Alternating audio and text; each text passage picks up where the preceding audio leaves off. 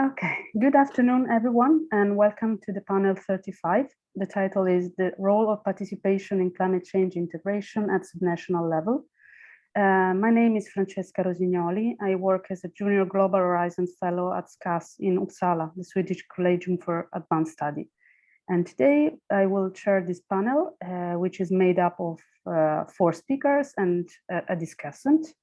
4 speakers are Federica Cittadino. Federica is a senior researcher in environmental law at the Institute of Comparative Studies at Eurac. Alice Meyer. Alice is a researcher at the Institute for Public Law, State and Administrative Theory at the University of Innsbruck and associate attorney at Rodle and Partner Chet's law firm in Prague. Giada Giacomini. Giada is a postdoc researcher at the Department of Philosophy and Cultural Heritage at Ca' Foscari University of Venice. And Niccolò Bertuzzi. He's a postdoc at the Department School of International Studies at the University of Trento. And then we have the discussant. The discussant is Louisa Park. Louisa is Associate Professor of Political Sociology and Coordinator of International Master in Security, Intelligence, Strategic Studies at the Department School of International Studies at the University of Trento. So we will proceed by having 4 presentations, 15 minutes maximum per speaker, and a first round of questions by the discussant, Louisa Park. And then we will open the discussion with people following online. Of course, for those who are listening online, please feel free to pose any questions at any time by the chat, and we will try to answer your questions, of course, if some people will join later on. So I think we can start. So let's get started. And please, Federica, the floor is yours. Thank you, Francesca, also for introducing the panel. I will now share my screen with you. So the purpose of today's panel is to discuss the role of participation in the integration of climate change in sectoral policies in selected study areas in Italy and Austria. These things and also the degree of innovativeness of participatory practices will be discussed in more details in the presentations that will follow mine. What I would like to do to introduce the discussion is to give you an overview, a very brief overview of the research project in the framework of which we conducted research on climate change integration and the role of participation. First of all, the project is titled Climate Change Integration and the Multilevel Governance of Italy and Austria, and it is financed by the research program of the autonomous province of Bolzano called Research su Tyrol Alto Adige 2019. The project started in October 2020 and will end in December 2022. So we are about to finish our research for a duration of 27 months in total.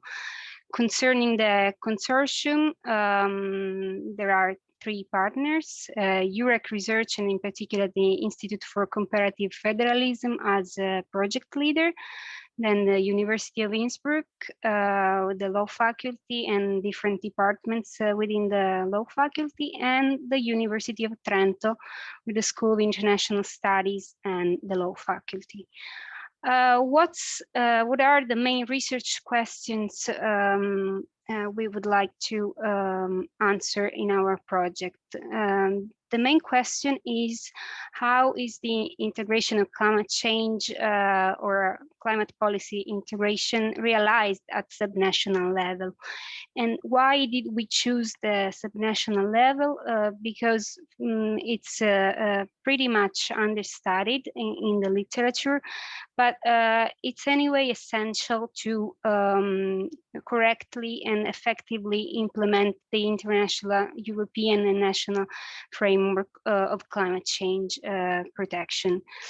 And the second question is related to the modalities in which CPI is realized is what are the factors that influence these integrations. And I will talk about them a bit later during the presentation.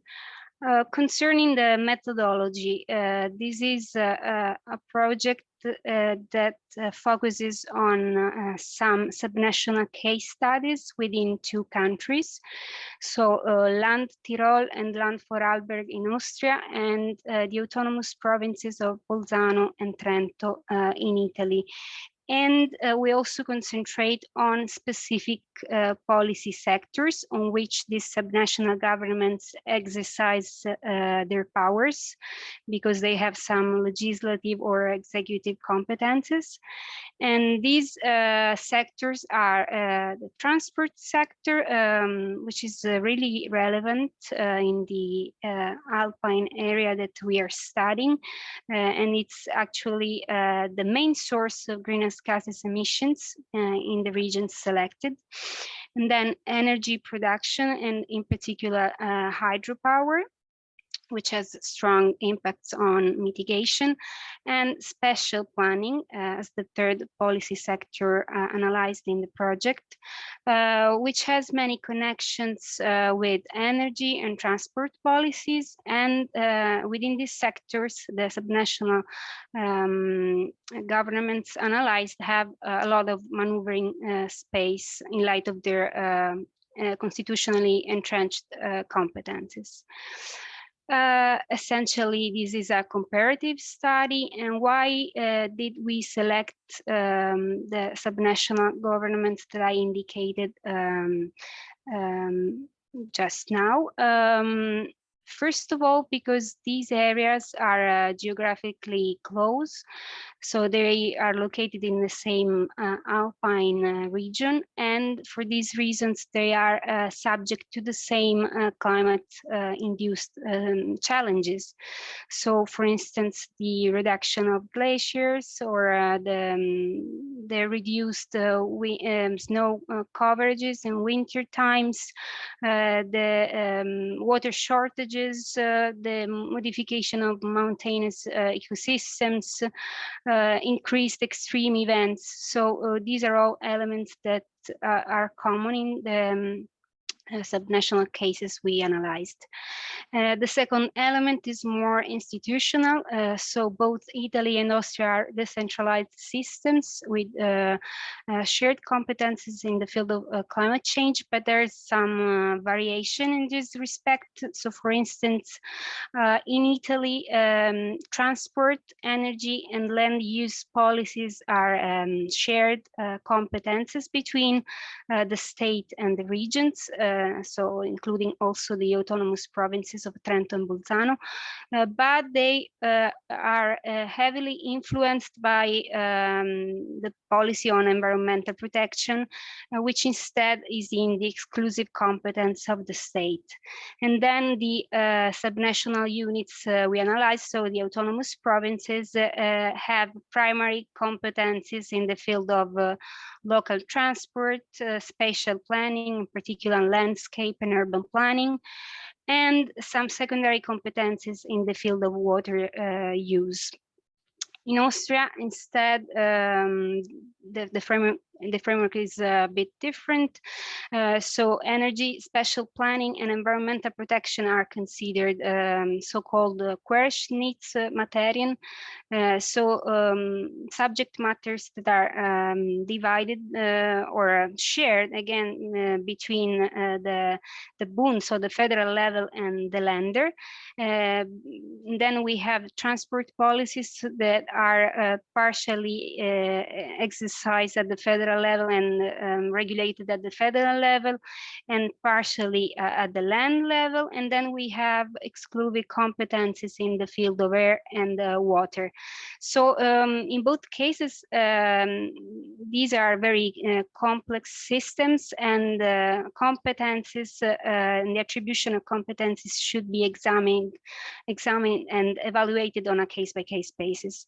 And then the third element is that there exists already cross-border cooperation among the studied areas in the field of environmental protection and mobility policies, for instance, in the context of the EGTC, so European grouping of territorial cooperation called Euregio, which was founded in 2011, and put together Tyrol and the autonomous provinces of Trento and Bolzano. So Vorarlberg is not part of it, but anyway collaborates with the same subnational governments involved in the Euregio. And Vorarlberg also is a good element of comparison because it stands a bit out as a front runner when it comes to climate protection and participatory initiatives. Again, concerning methodology and methods more in practice, to respond to the research questions that I outlined, we gathered data mainly in two stages. The first one was desk research, in which we collected the documents on the three policy sectors, mainly on institutional websites and through the input of competent policy officers. And then the second important stage was that of the interviews. These interviews were conducted with both policy officers and civil society representatives that were selected to achieve a balance among the sectors that we would like to that we have focused on in the project. And concerning figures, so numbers of the interviews conducted, 12 were realized in Bolzano, 11 in Trento, 8 in Tyrol, 8 in Vorarlberg, and they were conducted from June to November 2021 through basically semi-structured interviews with an open with open questions that were posed to the interviewees. And this was a way to understand more in practice how integration functions. Another important thing to mention is that we, to respond to our research questions, we hypothesized that 5 main factors or dimensions do play a role in the integration of climate change in sectoral policies. And these are based on literature on environmental policy integration, so EPI and also federal studies. And these factors are vertical and horizontal coordination, so the coordination among levels of government and the coordination between policy sectors. Then participation of the public, which I will talk a little bit more in the following. Information to the public and also to policymakers. Leadership as the impetus that can be given by politicians and top-level policy officers, and the availability of dedicated funding. Why is participation then particularly important to our project? And what is participation? First of all, as to the definition, participation is for us the extent to which civil society, including both citizens and organized civil society, is involved in public decision making in the field of climate change or in sectoral, in the elaboration of sectoral policies linked to the protection of climate. And we also hypothesize a strong link between information to the public and participation, information being the precondition for the effectiveness of participation. And why is participation important? From a theoretical perspective, public decision making is deemed to be more informed when participation in place, because So stakeholders may share their knowledge about the needs, their local needs, but also the local challenges and the local peculiarities. And the second important element is that through participation, decisions are perceived as more legitimate and therefore are more acceptable. Also because in a sector very complex like climate change, where decisions about the allocation of natural resources are necessary, and also the sharing of burdens between strata of the population are necessary, then conflicts may arise, and in this case participation may help preventing these conflicts. All of these in theoretical terms will have an effect on the effectiveness of the policies adopted and the degree to which they are implemented, and also it will bring potentially more fairness and justice. To conclude very briefly, I will anticipate a little bit the findings that my colleagues will explain in more detail. First of all, we found forms of formal and informal participation. As to formal participation, so the binding forms of participation are mainly sectoral, and they're usually not open to the general public, but rather to professional organizations, environmental organizations, residents. So it's a more restricted form of participation. Concerning informal channels of participation, these are mainly ways to consult, so they are ways to forms of consultations rather than deliberation, but some experiences stand out. For instance, in Vorarlberg, the Citizens' Council on the Climate Future, and in the province of Trento, the participatory process leading to the adoption of the Sustainable Development Strategy that was really inclusive. What we also found is that participation should be improved. So the level of participation that we found is not sufficient to bring about all the advantages I was discussing earlier. And in particular, we are not only referring to the entrenchment of participatory mechanisms in legal systems, but also to the cultures of participation, which are very different in the areas analyzed. So that, for instance, in Vorarlberg, participation is considered a very essential element of public decision making, while in the other territories, it's more considered a procedural requirement. And with that, I thank you for your attention and give the floor to my colleagues. Thank you so much, Federica, for this introduction and sharing these insights of this project. I think we can proceed with Alicia. Alicia, take your space.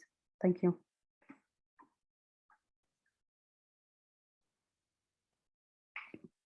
Hello, everyone, and thank you very much for the option to present to you today. And thank you also for the introduction. I will get right to it. So the purpose of my presentation will be to present to you the key findings of our research in the 2 case studies in Austria, meaning the 2 Länder of Tyrol and Vorarlberg. As for the justification for the selection of these case studies, I just referred to what Federica has said, obviously. Okay, so the starting point here is that we theorized, of course, participation to be an institutional factor influencing climate change integration at the subnational level. What we then did is exactly going to investigate closely what is the relationship between decision makers and the broader society or sectoral stakeholders with regards to decision-making processes related to climate change, specifically at sectoral level. In practice, what could be as a general finding from the empirical analysis in Austria is that participation is indeed perceived as an element which is present in policy making with regards to climate change, but needs to be strengthened, especially with regards to the integration of climate change at the subnational level, considering that the ultimate addressees of those policies are effectively the ones integrating the measures and implementing the measures, and this would enhance the overall efficiency and adherency to the policies. Here I have a very short overview of our data set. So on what have we based our consideration with regards to the Austrian cases? We collected the documents as we have heard from all the responsible authorities, and then we evaluated those documents, and according to a unified methodology, we then proceeded to selected expert interviews. And here specifically for the Austrian cases, we have 16 interviews that were conducted in both cases. Our pool of interviewees consists of 10 administrative officers and 6 representatives of the civil society. So moving on now, I would like to present what are basically the key features of the participation mechanisms that we have detected and observed during our analysis in the Austrian cases. So first of all, we observe in both scenarios a coexistence, as was mentioned during the previous presentation, between formal and informal mechanisms, meaning formal mechanisms are provided for and set by law. Mostly we're talking about sectoral laws in the policy sectors of interest of our project. But these formal mechanisms are coupled with voluntary-based processes. This means processes that are either initiated by the administration or by the civil society itself. And specifically, we see that the voluntary informal processes were detected with regards to the development of climate policies, the overall ones, so the umbrella policies in both Länder, Vorarlberg and Tyrol, but also with regards to the cornerstone policies. And here, I mean the development of policies with specific, let's say, regards to the integration of climate change at sectoral level. A focus here again is the strategic level, so the development of the measures rather than the implementation of those measures. And as I said, in the policy development and not the implementation phase. The target groups here, we have targeted stakeholders. So in the different sector and policies that we consider, but also we have environmental organizations that are being targeted in certain processes, and then the general public. What concerns the instruments that we detected and are being concretely used in this participation processes, we have traditional instruments, meaning face-to-face meetings, but that are participated by sectoral experts, representative of the politic and also of the administration and the broader public, as well as NGOs, for the purpose of collecting feedback and opinions and the purpose of co-formulating basically then the final output. Another option is the utilization of digital tools which allow citizens, so in this case we refer more to the general public, to basically virtually deliver their opinions, and so for the administration to collect virtually the feedback within the policy development phase, and also the increased use of social media. And this is a scenario that we detected with regards to the efforts of reaching under 30, so the younger part of the population. In the next two slides, I just provide a very, I would say, broad overview of those mechanisms. And we have a comparison here between Vorarlberg and Tyrol. I will not go into detail of all of the mechanisms, but let's start with the ones set by law. So set by law are mechanisms which are binding in a case, so they need to be followed concretely. And here we have a difference between cross-cutting, so cross-sectoral legal basis for participation, and sectoral ones. As was mentioned before, this mainly results in consultation of selected stakeholders, or even consultation of the general public or specific general public in case of municipalities, rather than effective, inclusive, deliberative participatory democracy. And so what is noteworthy, for instance, is that in Vorarlberg, we have constitutional anchoring of participatory democracy and its efforts at land level. And this is due to an amendment of the land constitution in 2013. And such constitutional anchoring is not to be found in Tyrol, but we have, for instance, as cross-cutting option, this Environmental Audit Act, which introduces public participation in terms of consultation of the public and of environmental bodies in any and each given case where environmental audit would be necessary. Then we have sectoral options. Of course, special planning laws in both lenders introduce sectoral and broad public participation in terms of consultation again. And another example would be the transport sector. For instance, in Vorarlberg, we have the need to involve the local population in terms again of written consultation, and in case of road planning with relevance for a specific area and municipality. Here, with regards to the voluntary-based proceedings, as was mentioned before, we have proceedings that are initiated by the administration here. Those are listed, are initiated by the administration. We have some that are also like initiated by the civil society directly. In both cases, so in both Länder, we have the participatory processes of the broader public, but also stakeholder workshops, so-called, preceding the development of both climate strategies, then lastly updated in 2021, both in Vorarlberg and in Tirol, so the Energieautonomie Plus in Vorarlberg and the Nachhaltigkeits- und Klimastrategie in Tirol. After the elaboration, considering the input received from the participatory process, the draft was also shared with the broader public for evaluation and further feedback. The same goes for the other sectoral strategies that I've mentioned here, and specifically, for instance, in mobility programs in both lenders. So here I would like to highlight some concrete trends and differences that I observed during the empirical analysis in the project. So first of all, I would like to start from Vorarlberg. Here, as said, we have a very well-established tradition of participation, which means that our interviewees were generally, so irrespective of whether it was an institutional interviewee or somebody from the civil society, they were mentioning participation as an element of decision-making processes in certain policies. This is certified by the constitutional anchoring of participation in the land constitution in Vorarlberg, as just mentioned, but also is reflected in an institutionalization. We have participation, a so-called participation office in Vorarlberg, which was introduced in the early 2000s.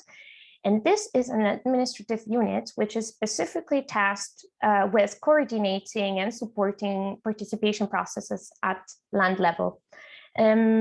Interestingly, in Vorarlberg, we observe the general, let's say, the general top-down approach, so initiation by administration or political representatives of participation processes, but also the so-called the bottom-up approach. So it's the civil society who can initiate participation processes in form of citizen councils, for instance. In Tyrol, we have a different culture of participation. So our interviewees mentioned that participation is indeed an element of decision-making processes and is increasingly becoming so also in relation to climate change, but it definitely needs to be still developed. So it was defined as a culture under development. There is no constitutional anchoring, there is no institutionalization, so there are no guidelines with regards to citizen participation, and there is no office who could internally support participation processes. Generally speaking, we see that there are singled out processes, so certain policies where it is upon the initiative of the single administration responsible for it to actually initiate this process. In both scenarios, in both territories, as Federica was mentioning, there is a strong link between information and participation in a way that a lot of time, resources, and budget goes towards the information and dissemination of information concerning climate change. And this was also perceived as an indirect way to provide for participation. So I would like now to focus to some aspects of criticalities that were mentioned during the interviews and which could hinder the, let's say, good results of a participatory process. First of all, time and resources and funding. Obviously, more time, more resources, and more funding would need to be directed towards the initiation, the execution, and the following up of participatory procedures. There is inconsistent feedback, so the risk is that the participants may not have comprehensive information on how their feedback is being incorporated into the final outputs at the end of the participatory process. The pool of participants, yeah, this was mentioned as a problem in various interviews. Along the lines, same faces, same discussion. So we have few very active citizens, and we tend to always see those citizens in participatory processes that would be initiated. Then there's this unanimously being recognized as a big problem, which is the participation or exclusion, basically, of under 30, so the youngest part of the population, from participatory processes. Definitely to be enhanced. On a better note, we also can detect some elements of success that we encountered during the research or were declared to be a future reference, a point for future reference, so to be focused in the future.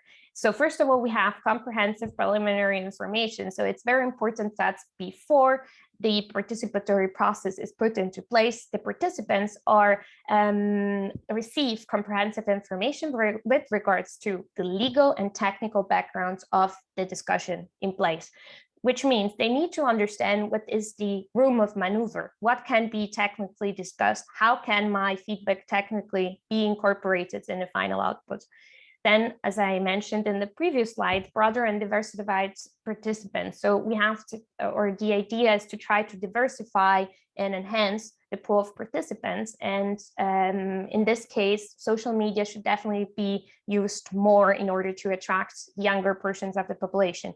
Another element of success would be the involvement of NGOs. And in a couple of the participatory processes that were mentioned, some interviewees mentioned the involvement of, or the direct involvement of Fridays for Future.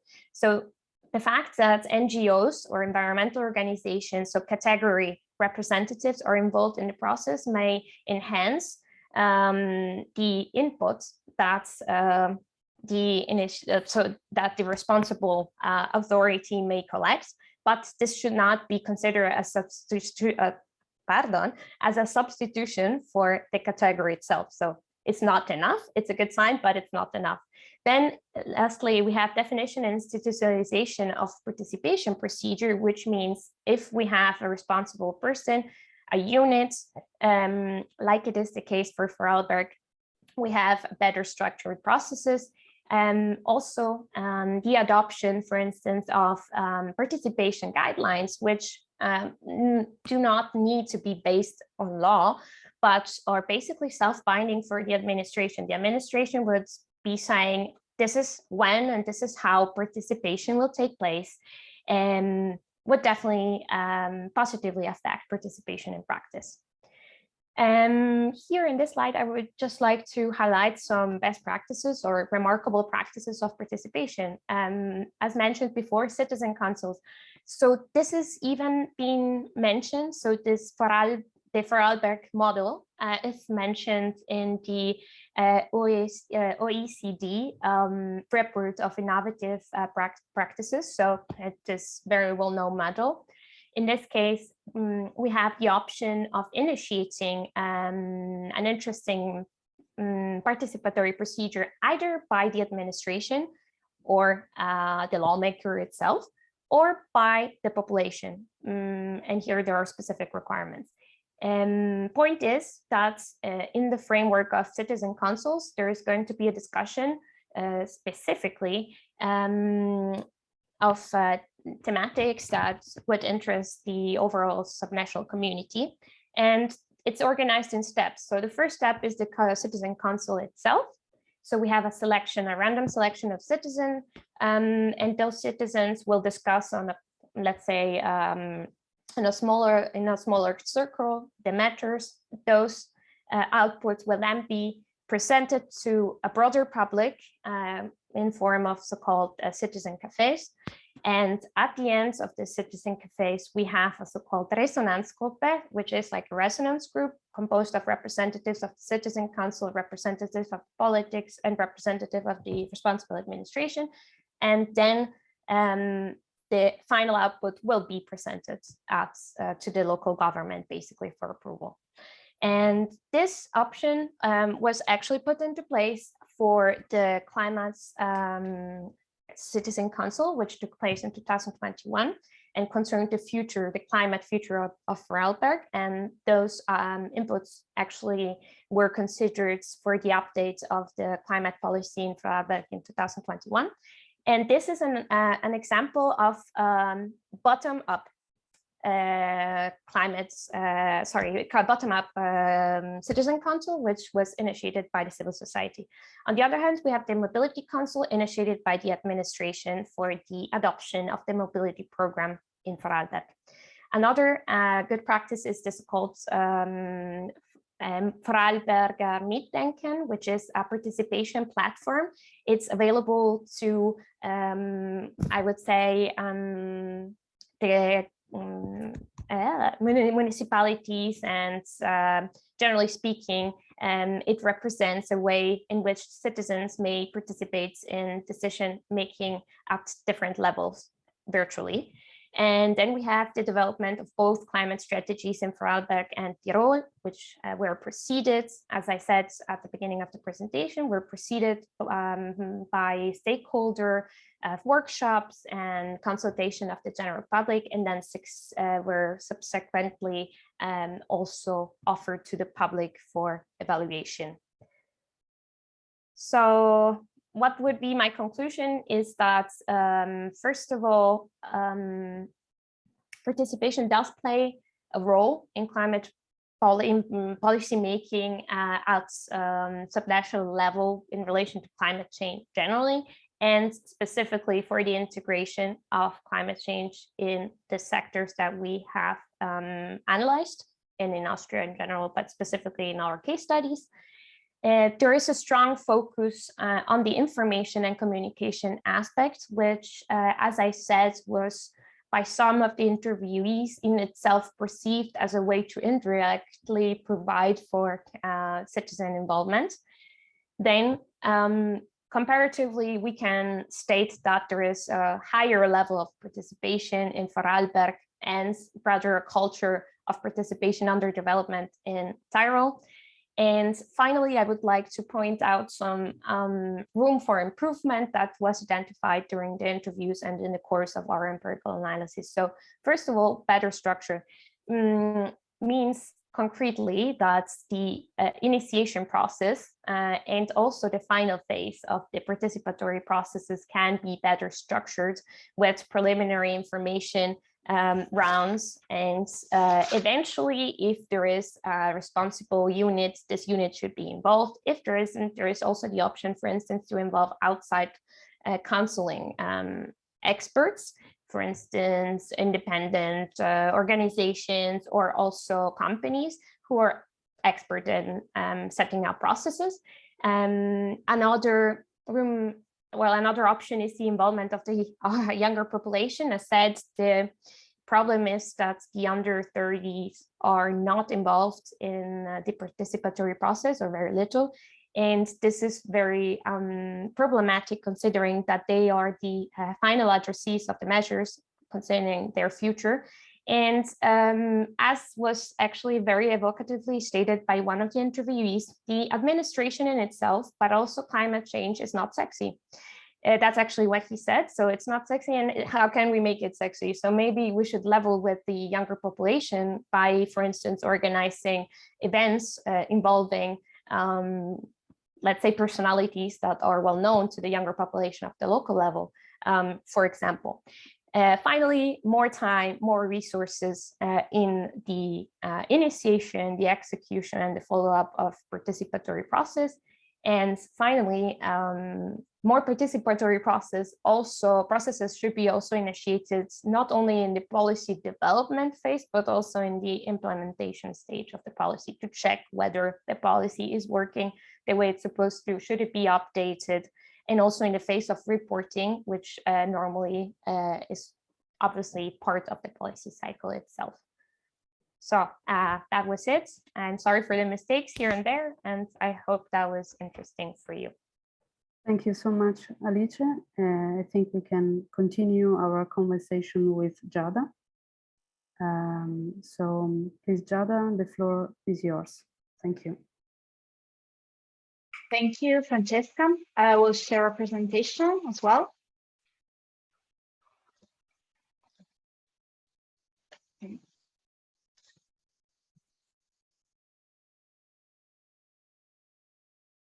Okay. So the title of my presentation is Climate Change Policy Integration in Bolzano is a Public Participation Effective Tool.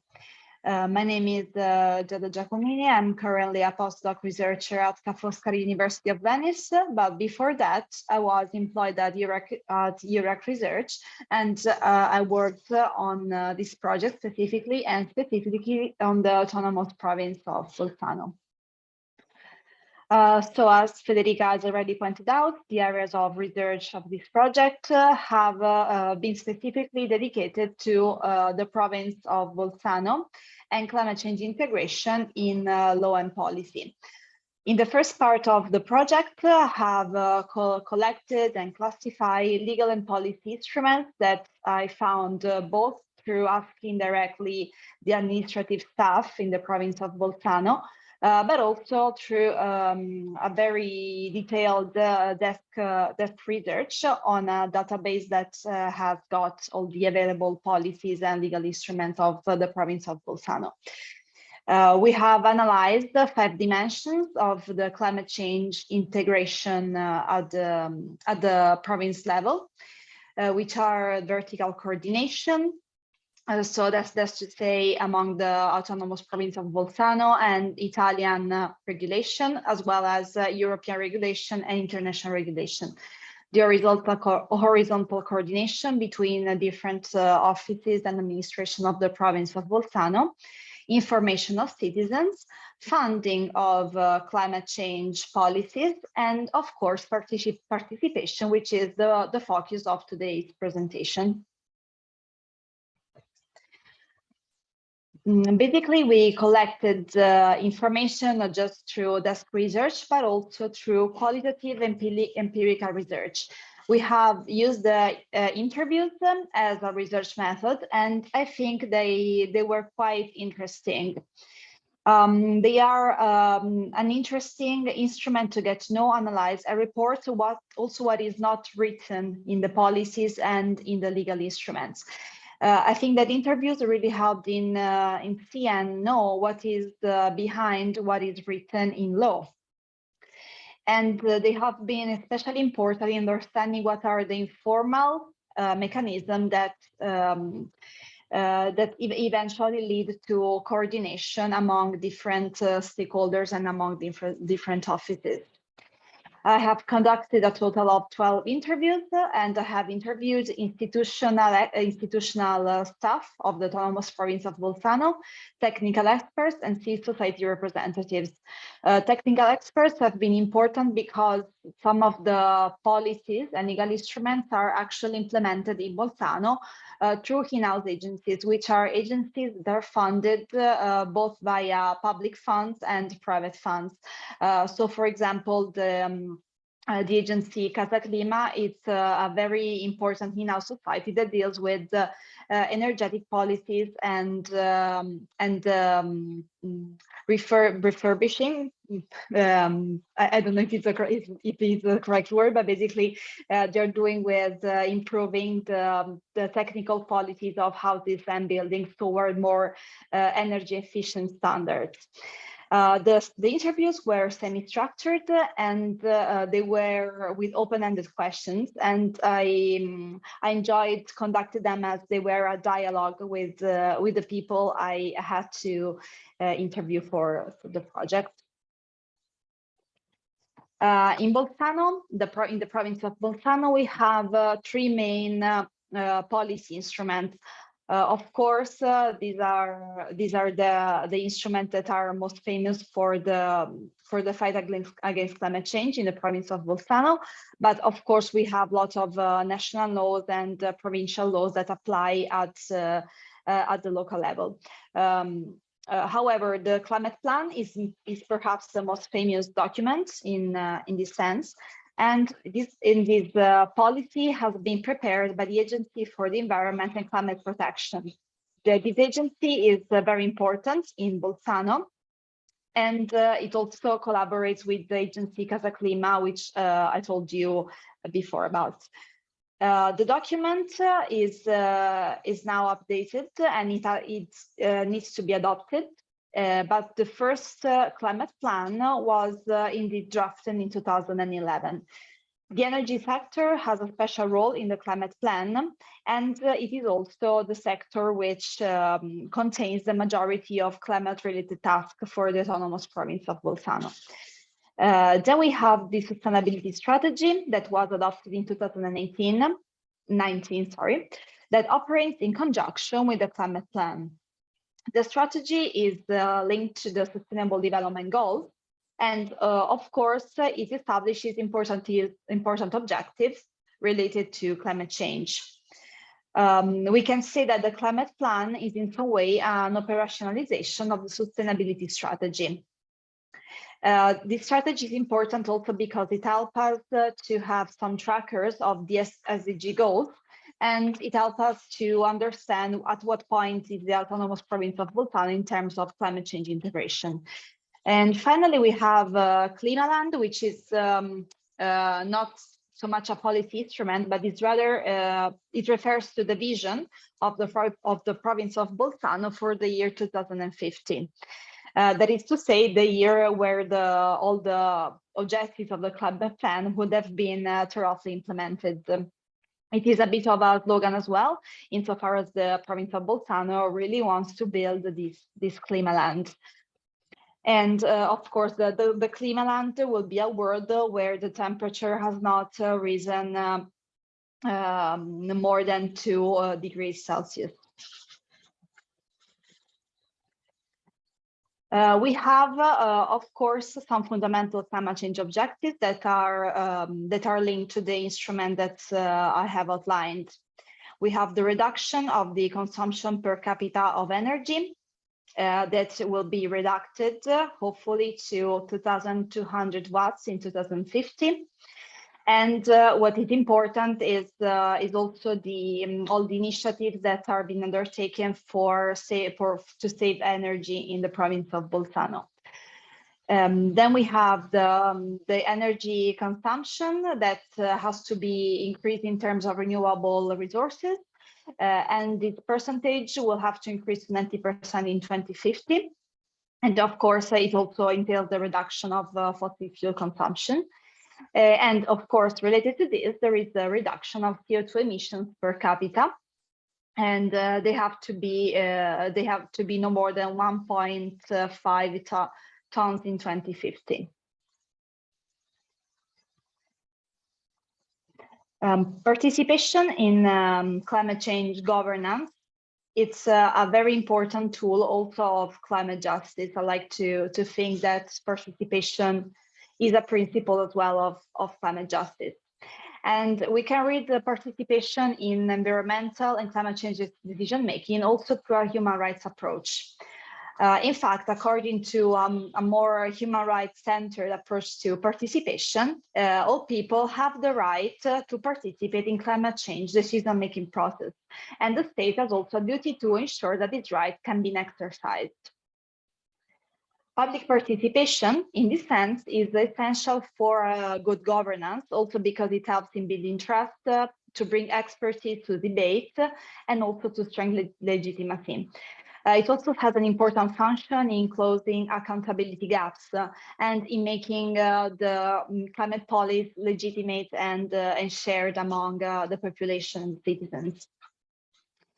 We can say that effective public participation it consists of three interrelated elements, which is access to information, which allows for informed public opinion, direct engagement, which gives the public a chance to influence policy, and of course, oversight and monitoring, which allows the public to assess the implemented policies. Participation has a special role in the new climate plan. If you access the draft, which is available on the Agency for the Environment and Climate website, you can read, of course, what is going to be implemented after the last round of revision. Participation is fundamental in the climate plan because the climate plan has been open for comments until the 31st of December of last year, and individuals, NGOs, and civil society could comment specific provision or give a general comment to the climate plan. It was an online portal which was very easy to access, and we will see how such comments have been incorporated. In this plan, we have a specific section dedicated to participation. This section reads that citizens must be involved in a targeted way, and the willingness to participate in this strategy must be awakened by contributing with the expertise, of course, referred to the citizens involved. So there is this will to incorporate different types of expertise that is not just political or technical expertise. And then the plan also reads that the population must be involved as a supporter of the strategy. So here we have the element of a participation that is factual, and also the plan reads that the population can build the Klimaland and become the best ambassador. So we have again this element of projection of this vision of the Klimaland for the year 2050. So in relation to this, what were the insights from the interviews? Well, we have, of course, different opinions. First of all, that one of the opinion I collected from an institutional interviewee. Basically, they said that the climate plan consists of a participatory process. Because, of course, political choices need to be shared and also known by citizens. So the institutional interviewee has really highlighted how participation is important, and the involvement of people is important because of the effective implementation of the measure contained in the climate plan. Another element which was important, I think, is that another interviewee basically affirmed that the participation is better realized at the level of municipalities because they are felt closer by the population instead of the provincial offices. However, we do have some criticalities as well that emerge from these interviews. The first criticality came from a civil society interviewee who stated that I don't know if civil society can influence the decision of the climate change plans. And they said, I don't think so, because in my experience, we've never been able to get anything out of public administration. This is an important comment, I think, because sometimes from the civil societies, we do have different views compared to the institutional societies, institutional administration, sorry. The second criticality that emerged is that the concept of participation is not well rooted in the province of Bolzano. Basically, this is because they have had the same political party ruling for many years, and a political interviewee has affirmed that the participation is it happens a lot at the level of the political party, but it's not so rooted in the society in general. And finally, there was a comment from another civil society interviewee, which who affirmed that that especially in the more structural choices, young people are not involved, valued, or informed enough, and there could be other methods, other possibility to involve younger people, and this is changing a bit with the Fridays for Future, but of course the Fridays for Future are in a way asking zero emissions, the environmental impacts, but then there is the need of an expertise that will implement what they are rightfully asking. So this was me. I thank you very much for your attention and looking forward to any comments or questions. Thank you so much, Giada. Again, I want to, I don't want to steal any single minutes for the next presentation. So please, Nicolas, the floor is yours. Yeah, thank you very much. And good afternoon, everybody again. So I will give my presentation, which probably I will echo some of the points that have been raised in the previous presentation by Federica Licenzada. What I will try to do is specifically to give some examples, so to focus on some example emerged from our research. As has been explained, our research was based on two main data gathering. So the policy, the analysis of the policy documents, and then the interviews with different kind of stakeholders involved in the climate policy integration. Just to give a very broad overview of what we have on the paper in Trento. So my focus will be, of course, to complete the previous presentation on the autonomous province of Trento. On the one hand, so we've got some specific law related to how the participation should be managed at the provincial level, and defining so the type of interaction that the population can have with the administration, exceeding so the topic of climate change and relating to all the administration. There is also a very interesting instrument, I think, that is this website that maps all the different participation processes and activities that are held at the provincial level. So not only related to climate change again, but all the participation processes that that happen at the provincial level. Then there are specific instruments related to environmental protection and also climate change somehow. that can be used by citizen citizen association to participate in the process of policy making. However, going to the examples, I will list some of the formal and informal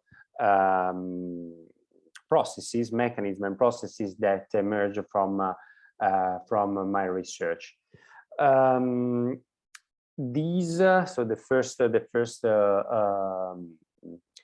element that I mentioned in my presentation is the probably the most important reference point in terms of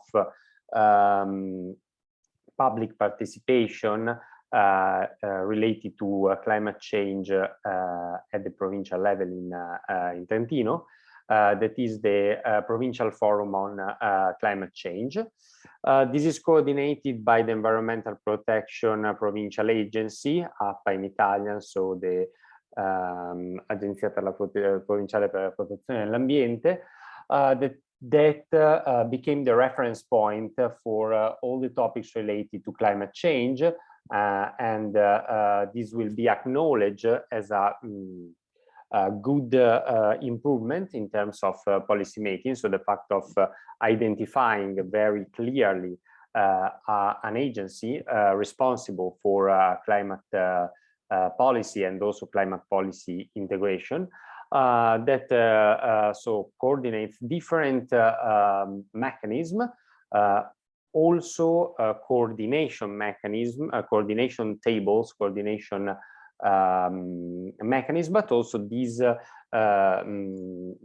forum that is a public participation instrument that it is participated by, as you can see from this slide, numerous organizations at the provincial level, and that that are involved in scientific, cultural, information, awareness, training, and education initiatives, and that it itself, the forum, organizes or collaborates with different events.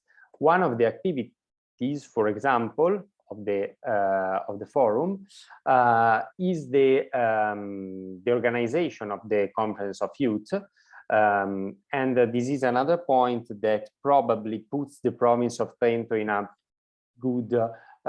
good position. The involvement of the youth population in terms of climate change and climate policy, or at least the attempt to do it. This has been stressed in a lot of interviews, the fact that youth involvement should be one of the main objectives, and it has been already one of the main objectives in the past years of the autonomous province.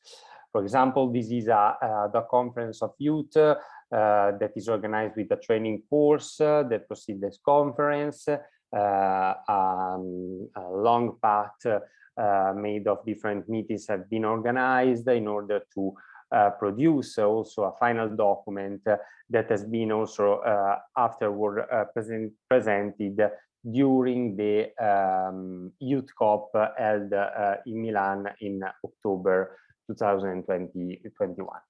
Other example of participation and also information, in this case mechanism, specifically dedicated to the young population, are listed in this slide. There is a whole branch of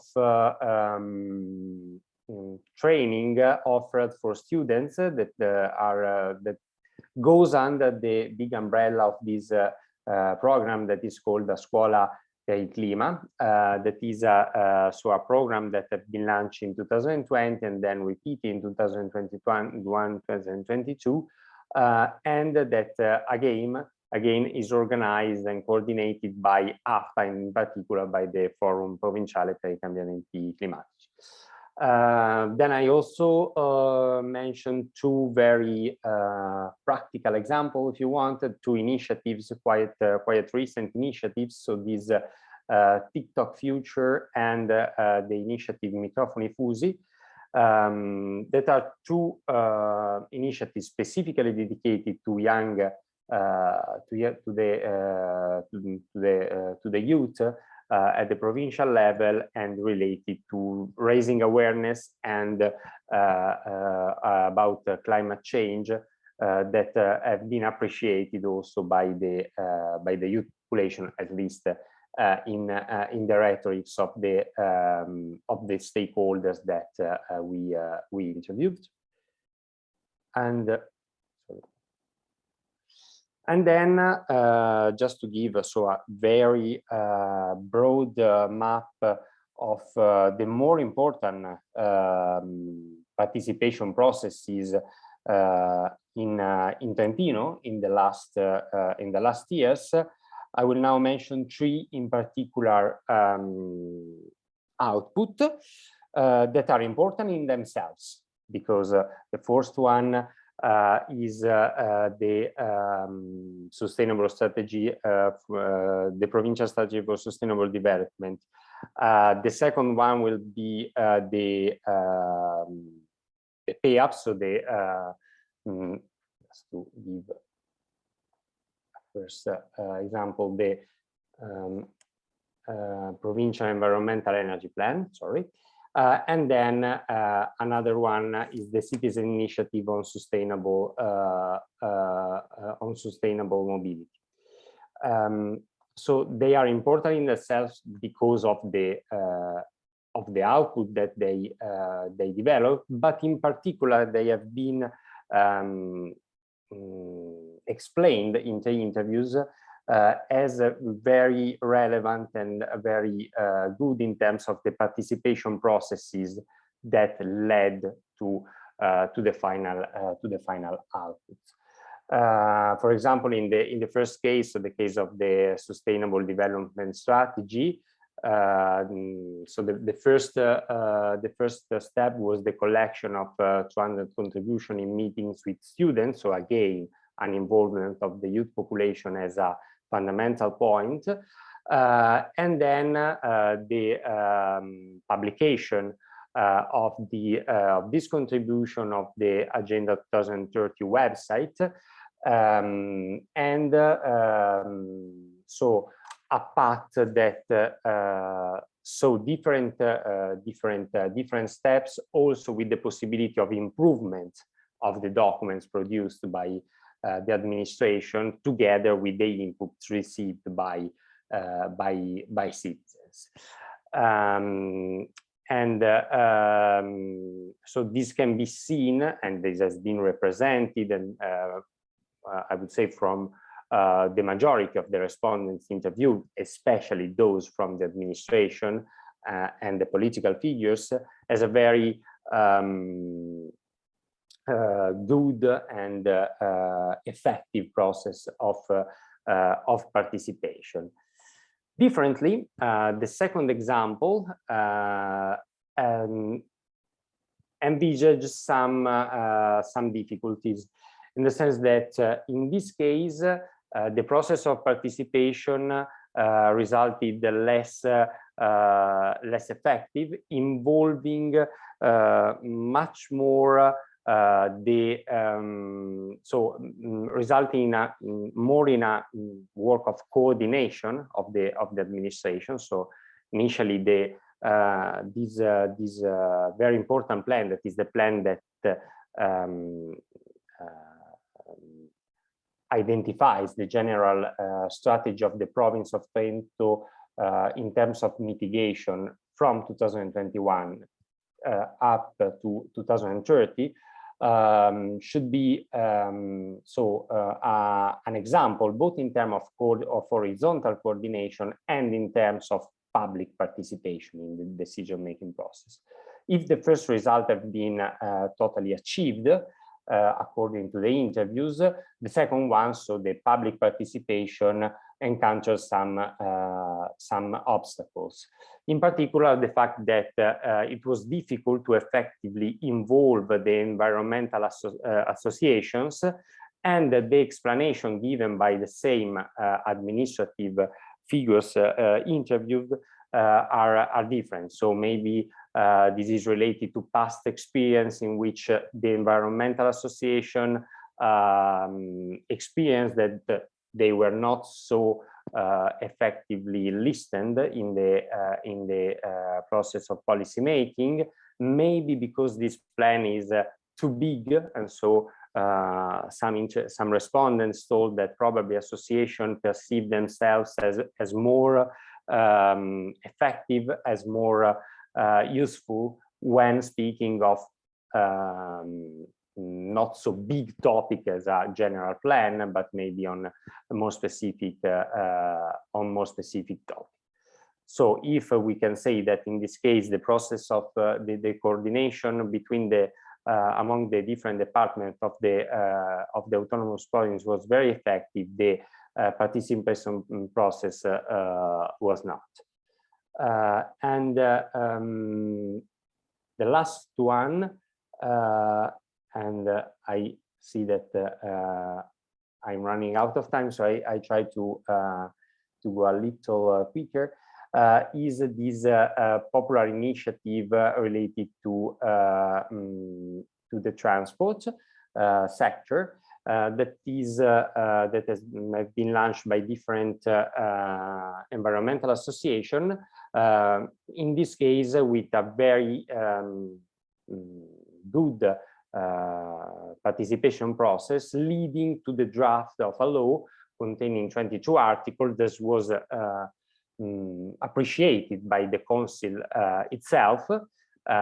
In this case, the problem was that the final output welcomed the general structure of the law, but not the most important point that the proponents advanced. So the increase of the provincial budget for the sustainable transport sector and the launch of a citizen assembly on sustainable mobility.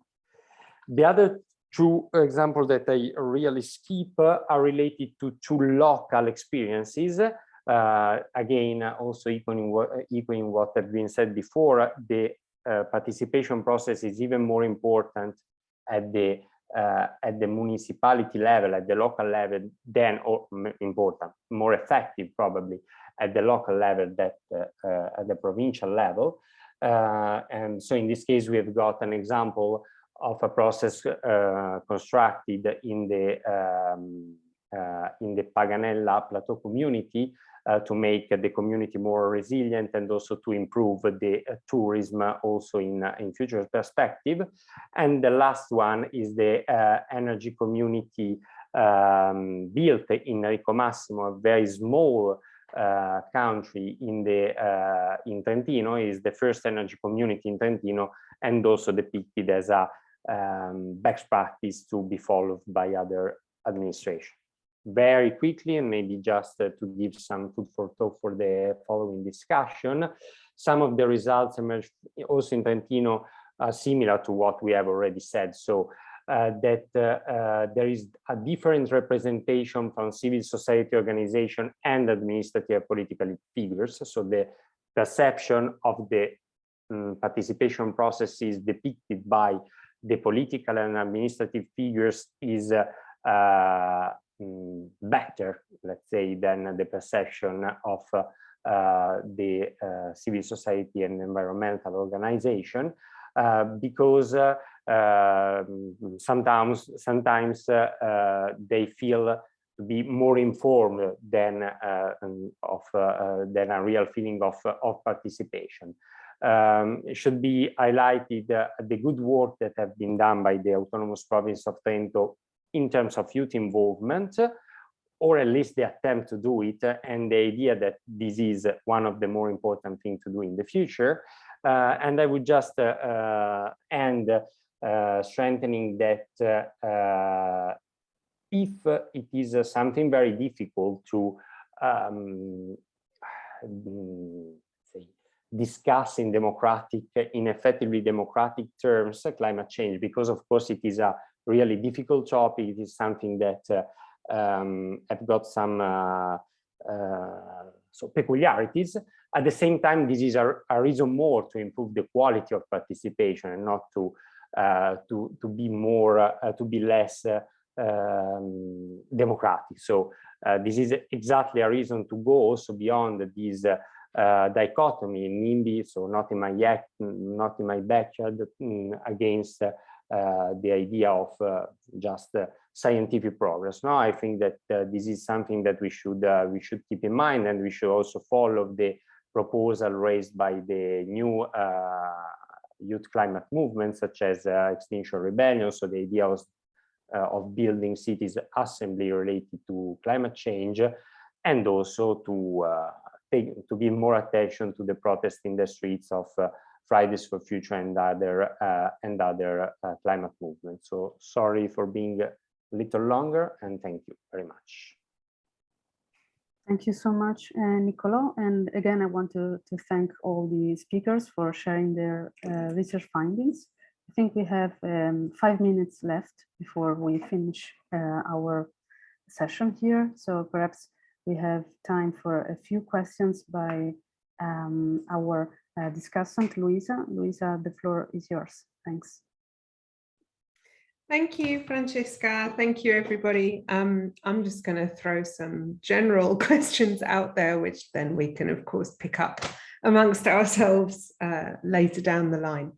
And I guess, you know, I mean, I'm part of this project too. So I think the way that I'm thinking about this discussion is also linked with the work we have in hand in terms of comparing and contrasting, and also trying to sort of take a more macro view of what all of these excellent findings mean for the general theme of the project, which is around climate policy integration. So in that sense, I'm not going to ask particular questions of different presenters, but more sort of throw up some general themes about how we might begin to reflect on what all of this means for the project and for the theme of policy integration more generally. So the first point I want to make is that I think a lot of the empirical richness that comes out of all of these case studies not only tells us a great deal about what might work and where, and how we can think about actually doing climate policy integration on the ground, but it also, for me, points out that it's very important how we conceive of and define climate policy integration in terms of how we then judge or evaluate what is successful and what is not on the ground. So there's generally across the papers, I think, a point about participation being conceived of, at least in more structural terms, as more about disseminating information, building legitimacy, building knowledge amongst citizens, as a way of helping climate policy integration. And this kind of corresponds to ideas of civic environmentalism that we've also discussed in the project. So this idea that, you know, you're essentially about trying to build legitimacy, trying to build buy-in, and trying to build a more efficient kind of idea of policy integration through this kind of participation, which we could think of as being more about exactly information, informing citizens and building knowledge about these different objectives that we have at the subnational level. What really comes out of the empirical work, not only the examples that you've discussed, but also from the interview evidence, as far as I can tell, is that there is another more maybe bottom-up popular idea of what participation should be about, and that's about creating policy integration, about creating policy, in fact, rather than maybe policy integration. So as a sort of a listening exercise where citizens, whether they're organized individuals, etc., are called on to build policy itself. Now, those seem to be quite different visions of what we might connect to climate policy integration. And I think a lot of it will depend on terms of how we say something is successful is going to depend on what kind of vision or objective for participation we have in there. So one thing I would raise, and Federica's disappeared for a second, but I'm sure she'll be back soon, and I think we're recording anyway, is about reflecting on how the definition of climate policy integration interacts with these evaluations. and how it might be useful to allow the evaluations from the empirical findings to guide a reflection on what we should talk about when we talk about policy integration. Is the scholarly definition matching the reality on the ground in that sense? The other thing that I think comes out really strongly from the presentations is the way that participation itself interacts with the other factors that we're looking at in terms of what shapes policy integration. So interaction between the factors that we're looking at in this project. And more or less what comes out of my understanding of your work, which is obviously limited because I didn't do the research in the way that you guys did, is that there's a link between how participation unfolds and structural factors on the one hand. So that was really clear in your presentation, Alice, about, are there clear procedures? Are they constitutionally anchored? Is there a clear mechanism here about when, where, and how we do participation for climate change? But also a word that came up across the presentations was a culture of participation. And culture, and here obviously I'm coming from the sociology box, culture is a difficult word, right? It can mean a lot of very different things. So here again, it would be interesting to hear, or maybe not now, but hear your reflections about how important these very different ideas of culture and structure are to guiding a reflection on participation. Is structure enough? Is culture enough? Can one build the other? Can one, lead to the other? So it seems like in the Austrian case studies, there's the idea that the culture will be achieved as the structures are improved. Let's say following the best practice case of Vorarlberg, which can be sort of replicated to some extent in Tyrol. Whereas the question of culture, Niccolò didn't talk about it quite so explicitly here, but I'm wondering if there is a quite different kind of culture in terms of forms of political participation and policy participation in Italy that follow a very different tradition, in particular around contentious politics, around movement politics, and around prefigurative politics. So if there's more of a tradition in Italy about bottom-up kinds of participation that might, depending on how you're defining participation and policy integration, fall out of the picture or not be considered as kinds of constructive participation within some definitions, and what that might mean and how it might be interesting to unpack this. So I'm also raising really the question of how culture and structure and political institutional context fit together for this particular puzzle of climate policy integration. And the final point I wanted to raise, because I'm aware we are running, well, we have run out of time actually, is something that again came out of all of the papers, and that is what's the role of organized civil society, or stakeholders as they are, as it's referred to in some of the contexts, versus trying to go direct to citizens. Is this the same kind of participation? Is it about being propositive, or is it about being informative? It seems to me that when we talk about citizens and direct contact, we're seeing more evidence of decision makers in subnational authorities wanting to inform.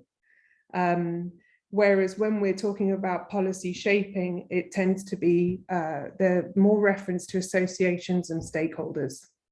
So people who are directly affected, or organizations that are directly affected or seen as such, or seen as already knowledgeable, perhaps with the exception of that quite clear drive to try and get youth voices involved in Trentino, as Niccolò said, for better, for worse, or, for how successful those ideas were. So here again, perhaps this is circling back to questions of culture and how organized civil society groups of different types, so from less formally organized to more formally organized, are seen as bridges or as sources or as something else in this whole question of policy integration and participation that it might be also interesting to reflect on. More broadly there, in the literature on civil society, we have sort of a more optimistic kind of literature that sees these groups as bridges, as representing sort of ordinary citizens. We have a more pessimistic literature that says that as organizations do this job, they become closer and closer to sources of power and they lose that ability to represent the ordinary public a little bit. So it would be interesting here to reflect on exactly, are there differences in the kinds of participation envisaged that go straight to the ordinary public and ones that go through civil society associations, businesses, stakeholders, and such like. So the whole question of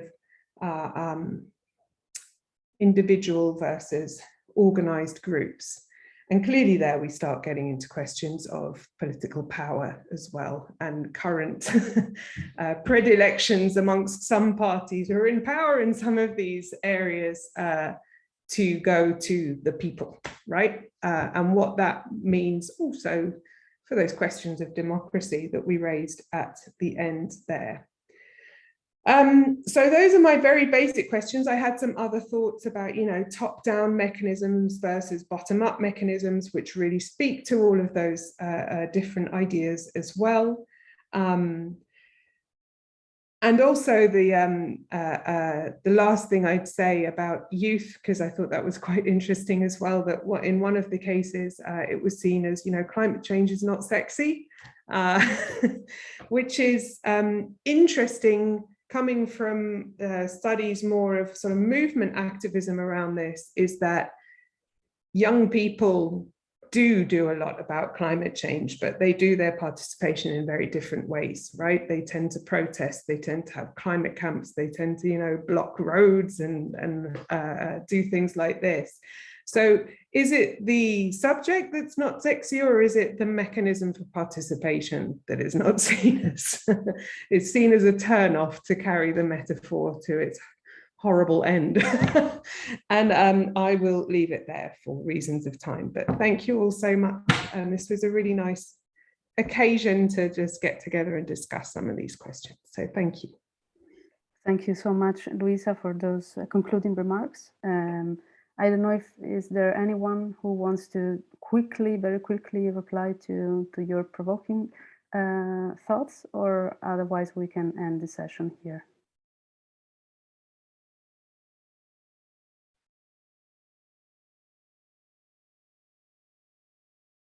Okay, I think we can end this session. Perhaps we can end with this culture structure dilemma. Okay, so I will stop the recording right now. Thank you so much and see you.